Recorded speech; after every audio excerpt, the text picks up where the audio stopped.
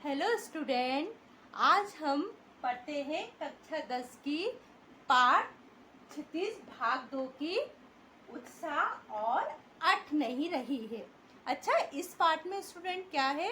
इस पाठ में दो कविताएं हैं, एक उत्साह और दूसरी अट नहीं रही है।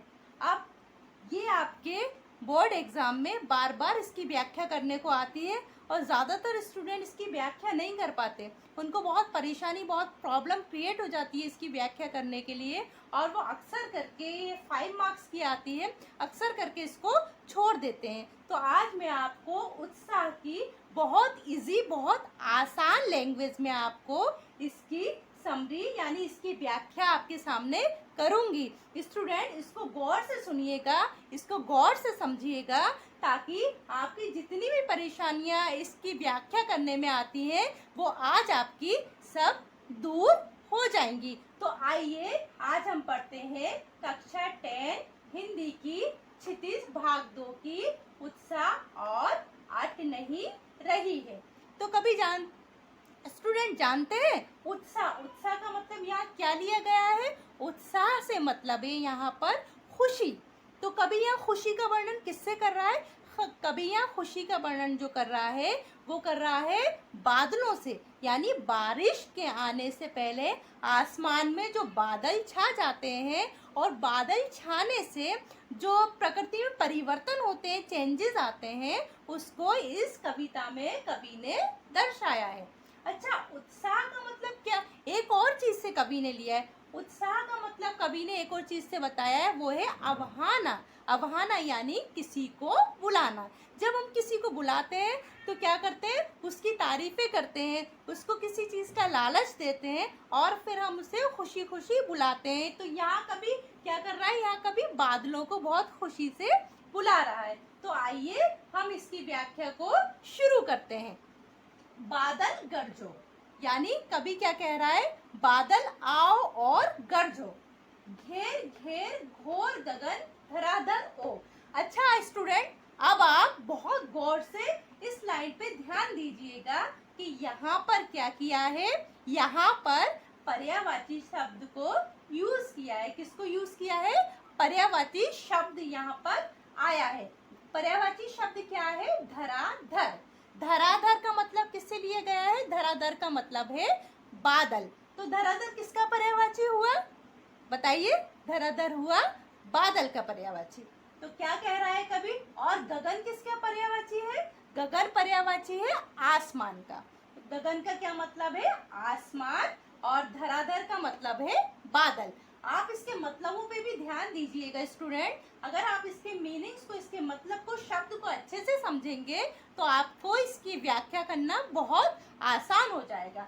चलिए हम शुरू करते हैं। बादल गरजो, घेर घेर घोर गगन धराधर ओ, यानी कवि कह रहा है बादल आओ और गरजो, घेर घेर यानी गगन यानी आसमान, यानी आप आओ बादल और सारे आसमान को घेर लो, सारे आसमान पर छा जाओ।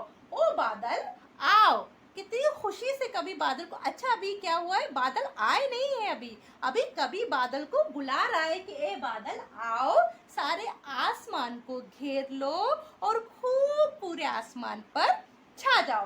तो ये दो लाइनें आपकी क्लियर हुई, समझ में आए कि बादल गरजो, बादल खूब गरजो, घेर घेर घोर गगन, सारे आसमान पर छा जाओ, धराधर ओ बादल आओ। ये क्लियर हुआ? ये समझ में आया? चलिए अब हम आगे बढ़ते हैं। ललित ललित काले घुंघराले, बाल कल्पना कैसे पाले। अच्छा, अब यहाँ ध्यान देने वाली, इन दो लाइन में ध्यान देने वाली बात है, कवि ने क्या करा है? मानवीकरण अलंकार लिया है। अच्छा, मानवीकरण अलंकार का मतलब क्या होता है? मानवीकरण अलंकार का मतलब है कि कवि ने यहाँ पर प्रकृति की तुलना, बादल की तुलना जो है किससे की है? मानव से की है। अब यहाँ कवि क्या कह रहे हैं? कल्पना। यहाँ कल्पना का मतलब क्या लिया गया है? यहाँ कल्पना का मतलब है इमेजिनेशन, यानी सोचना। कभी सोच रहा है, इमेजिन कर रहा है। क्या इमेजिन कर रहा है? कभी कि ललित ललित काले घुंघराले। कभी कह रहा है, कभी ने जो मानव की तुलना की है उसका मतलब ये है कि जब बच्चे का जन्म होता है, हम देखते हैं तो बच्चे के जो शुरू में बाल निकलते हैं वो कैसे निकलते हैं? घुंघराले करली करली से बाल निकलते हैं। तो यहाँ कभी क्या कह रहा है कि आसमान में जो काले काले बादल छाए हुए हैं वो मानो ऐसा लग रहा है कि किसी बच्चे के घुंघराले बाल पूरे आसमान में बिखरे हों। यानी क्या होता है, जब बादल छाते हैं तो आसमान में क्या होता है, कहीं करली से घुंघराले से बाल दिखते हैं, कहीं क्या है छाया सी पहाड़ों जैसा दिखता है। अलग अलग प्रकार जो है आकार बादलों का आसमान में क्या हो जाता है, छा जाता है। तो यहाँ कवि को कैसा प्रतीत हो रहा है? यहाँ कवि को प्रतीत हो रहा है काले बादलों को देख के कि मानो जो है क्या हुआ है, आसमान में करली करली घुंघराले से बालों जैसे बादल छा गए हैं। चलिए अब आगे बढ़ते हैं। विद्युत छवि उर्मे, मानो जो है क्या हुआ है, आसमान में करली करली घुंघराले से बालों जैसे बादल छा गए हैं। चलिए अब आगे बढ़ते हैं। विद्युत छवि उर्मे। अब यहाँ पर विद्युत का मतलब क्या लिया है? विद्युत का मतलब होता है बिजली से। विद्युत का क्या मतलब होता है? बिजली। छवि, छवि का मतलब होता है छाया। जो हम एक छवि बना लेते हैं ना, इमेजिनेशन कर लेते हैं, एक छवि बना लेते हैं, तो छवि का मतलब यहाँ होता है परसेप्शन, छाया। उर का मतलब क्या है? दिल का। और नवजीवन का मतलब कवि के नए जीवन से। अब देखिए मीनिंग्स पे ध्यान दीजिएगा, शब्द पे ध्यान दीजिएगा। आपको बहुत आसान सी व्याख्या करना बहुत इजी हो जाएगी। आप अपने एग्जाम में बहुत आसानी से इसकी व्याख्या कर लेंगे अगर आप शब्दों पे ध्यान देंगे। तो शब्दों पे ध्यान दीजिए। विद्युत मैंने क्या समझाया आपको? विद्युत का मतलब होता है बिजली, उर का मतलब होता है दिल। तो यहाँ पे किसके दिल की बात की गई है? यहाँ इस लाइन में बादल के दिल की बात की गई है। कवि क्या कह रहा है कि बादलों का दिल जो है वो है बिजली। और यहाँ कवि नवजीवन अपने जीवन के बारे में बता रहा है। कवि कहता है कि जब मैं कोई नई कविता लिखता हूँ तो मेरे हृदय में, मेरे जीवन में, मेरे हृदय में, दिल में जो है नए नए ख्यालात उस कविता को लेके आने शुरू हो जाते हैं। नई नई सोच, नए नए तरीके मुझे उस कविता के बारे में आने लगते हैं। इसी तरह बादलों के दिल में भी क्या हो रहा है? कवि कह रहा है कि बादलों का जो दिल है वो क्या है? बिजली है।